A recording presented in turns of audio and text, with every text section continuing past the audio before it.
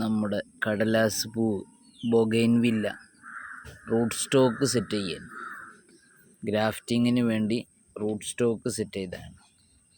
അത്യാവശ്യം വണ്ണമുള്ള കമ്പുകളെടുത്ത് ചെറിയ ചട്ടിയിൽ പോട്ടിംഗ് മിക്സ് നിറച്ച് അതിൽ വെച്ച് തളിരിലകൾ വന്നതാണ്.